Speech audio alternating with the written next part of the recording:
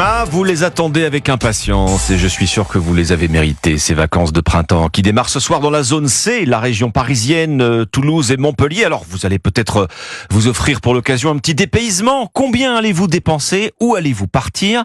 Voyons ce matin les tendances justement de ce printemps 2024. Avec votre invité, Alexandre, vous recevez Stéphane Renard, directeur des produits d'Easy Voyage. Bonjour Stéphane Renard. Bonjour Alexandre. Vous publiez votre premier baromètre des intentions d'achat des Français pour ces vacances d'avril. Alors, première chose, la question du pouvoir d'achat, on le voit, vient percuter les envies d'ailleurs, puisque seulement un tiers des Français va partir ce printemps. Alors, un tiers des Français, effectivement, vont partir pour ces vacances de printemps. Alors, je pense qu'on a tous hâte de prendre un petit peu de congé, de se reposer.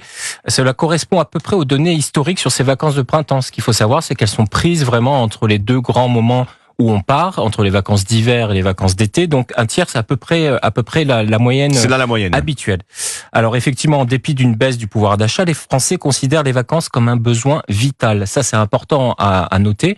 C'est-à-dire qu'ils vont être capables de faire des économies sur d'autres secteurs. De se serrer la ceinture ailleurs. Voilà, les vêtements, les sorties, etc. Par contre, les vacances, on va conserver un budget assez conséquent pour en profiter. Alors, et pour un bol d'oxygène. Justement, ce qu'on apprend aussi, c'est que parmi ceux qui vont se les offrir, ces vacances, la plupart des vacanciers vous disent qu'ils vont dépenser autant et peut-être même plus que l'an dernier. 83% d'entre eux, effectivement, disent qu'ils vont dépenser un budget équivalent ou supérieur à l'année précédente.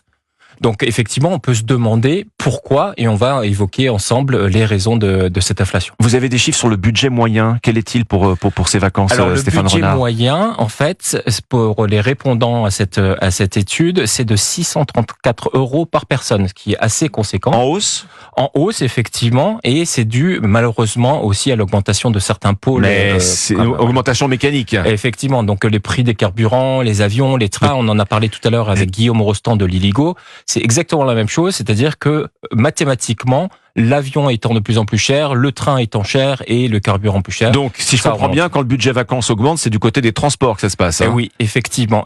Mais de notre côté, les Français sont malins et vont trouver des moyens de faire des économies avec une baisse de budget, notamment sur la longueur des vacances. Donc, au lieu de partir 7 jours et demi, 8 jours, on va partir plutôt cette année sur 6 jours, 5. Donc un peu moins longtemps. Bon, on rentre plus vite.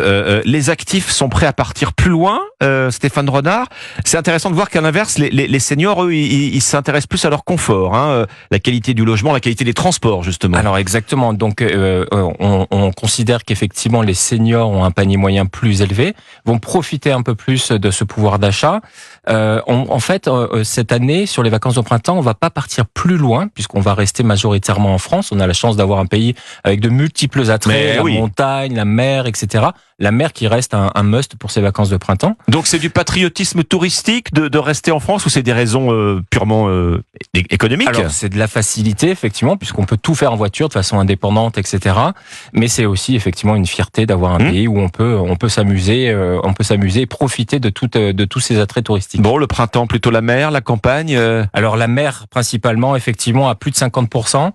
Ça c'est assez important. 55% des déclarants disent qu'ils vont partir en bord de mer. C'est les premiers rayons de soleil, notamment sur le sud de la France. À Paris, on est un peu moins gâté pour l'instant.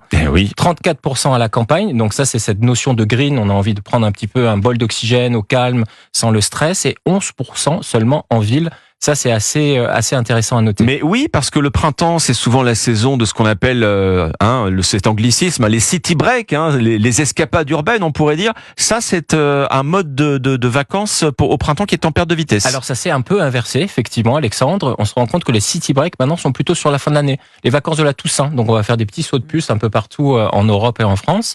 Sur les vacances de printemps, effectivement, on va partir un peu plus longtemps et on va le faire sans doute sur des typologies d'offres un peu plus longues. En fait. Bon, les vacances en ville boudées, est-ce qu'il faut y voir un signe pour, je sais pas, les Jeux Olympiques de cet été, par exemple? Les Jeux Olympiques, une vraie interrogation. On peut se demander, effectivement, est-ce que ça va booster les fréquentations touristiques sur ces villes qui accueillent les épreuves des JO ou pas?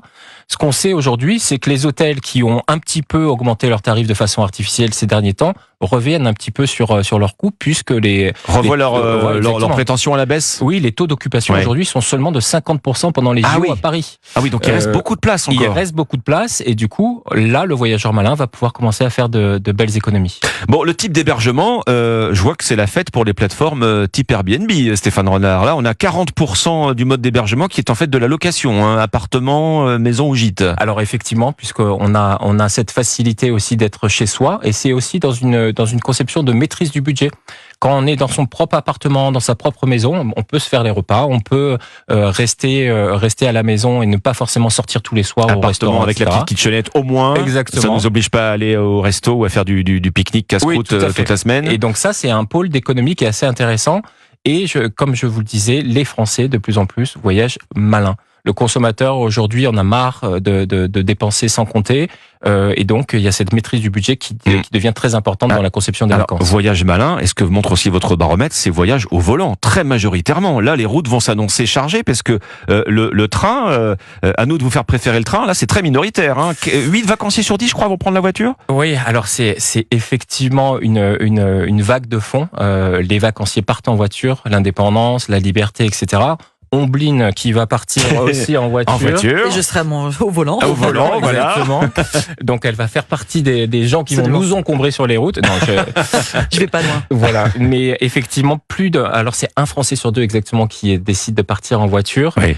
38,7% en avion, ce qui reste quand même très important, mais ça se justifie pour des destinations un peu pour plus les voyages lointaines. hors France, exactement, notamment européen. en Europe, avec des destinations comme l'Espagne, l'Italie, le Portugal, qui restent très courus pour les vacances de printemps, et seulement 7,7% en train. Alors on peut se demander effectivement si la politique tarifaire ne vient pas pénaliser un petit peu ces taux de réservation. Le baromètre Easy Voyage très détaillé, voilà, sur les intentions d'achat des Français pour ces vacances de printemps. Merci Stéphane Renard, directeur des produits d'Easy Voyage. Merci.